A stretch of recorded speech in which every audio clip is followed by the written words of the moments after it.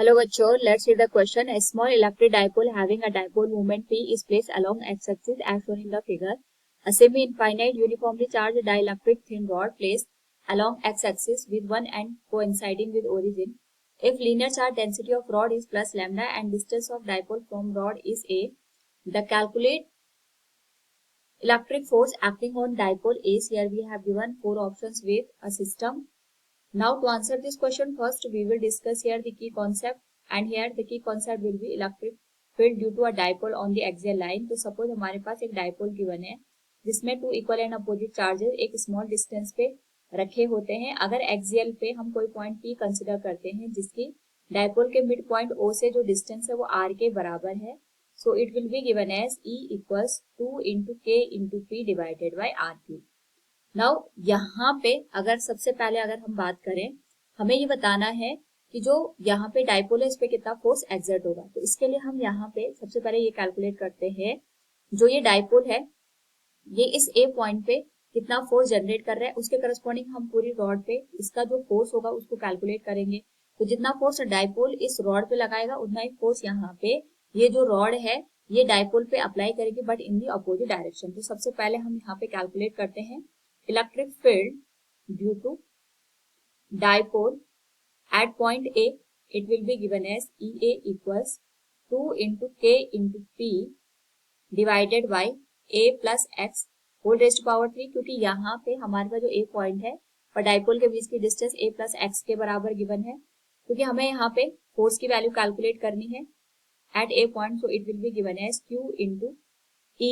और यहाँ पे हमारे पास जो फोर्स आएगा उसके लिए हम ए पॉइंट पे जो चार्ज की वैल्यू होगी उसको कैलकुलेट करेंगे. जो चार्ज होगा for linear charge density we know that lambda equals Q divided by length L. क्योंकि यहाँ पे ए पॉइंट के करस्पॉन्डिंग जो लेंथ है वो dx के बराबर है, तो हम इसको यहाँ पे सीधे लिख सकते हैं चार्ज को रिप्लेस करके लैम्डा इंटू dx इंटू ई, और ए की वैल्यू हमारे पास आ गई 2 into K into P divided by A plus X whole raise to power 3 के बराबर.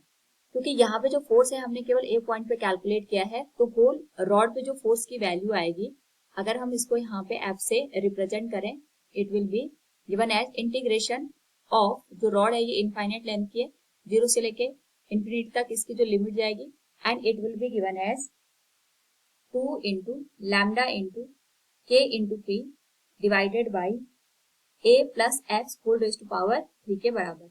यहाँ से जो फोर्स की वैल्यू आएगी that will be given as 2 into lambda into K into P.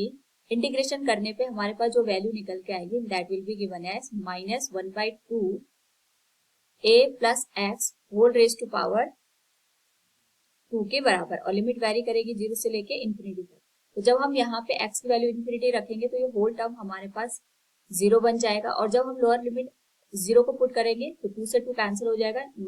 यहाँ पे नेगेटिव वैल्यू से मल्टीप्लाई करके पॉजिटिव हमें आंसर देगी.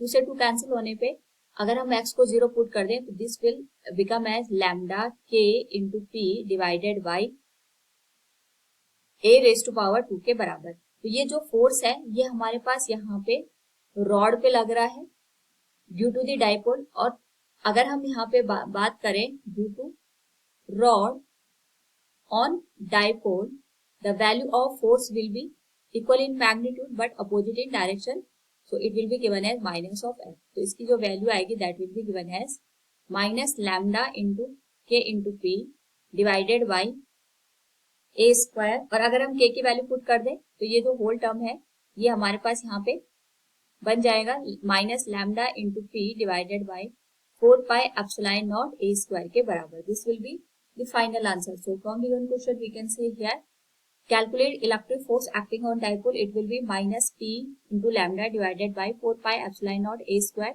Option D will be the right answer. Hope all you understood it. Thank you and best of luck.